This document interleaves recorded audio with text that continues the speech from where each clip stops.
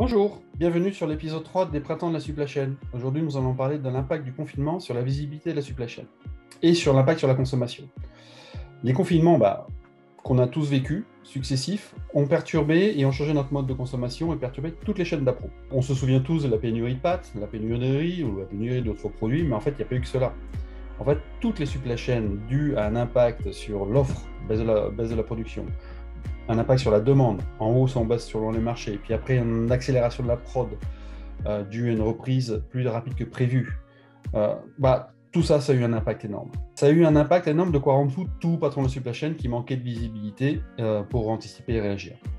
Alors, prenons un exemple. La société Bicel, qui fabrique des produits de nettoyage, qui était sur un marché plutôt stable, sans beaucoup de croissance ni de décroissance.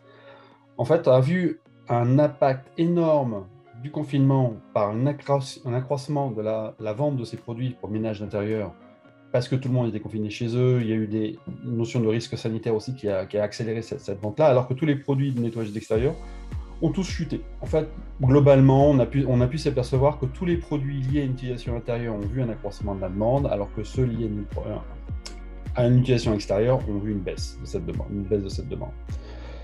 Mais si certains marchés vont retrouver une stabilité à court terme, en fait, il est impossible de prévoir la demande, de planifier sa production et donc ses approvisionnements, parce qu'on n'est pas encore sorti de cette période un peu bouleversée qu'est la crise. Les modes de consommation ont changé. En fait, 80% des consommateurs qui ont augmenté leur utilisation numérique via divers canaux pensent continuer à faire de même pour le futur.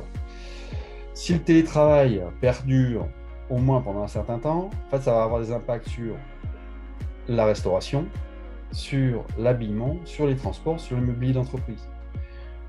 Globalement, cette crise nous a permis de voir qu'il y a des choses qui sont très importantes en termes de supply chain. Il faut que la supply chain soit flexible, mais il faut qu'elle puisse s'adapter.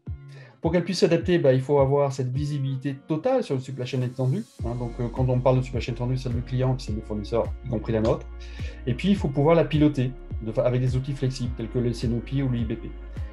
Donc, si vous êtes un jeune padawan de la supply chain ou un maître Yoda, nous serions enchantés d'en discuter avec vous. À bientôt.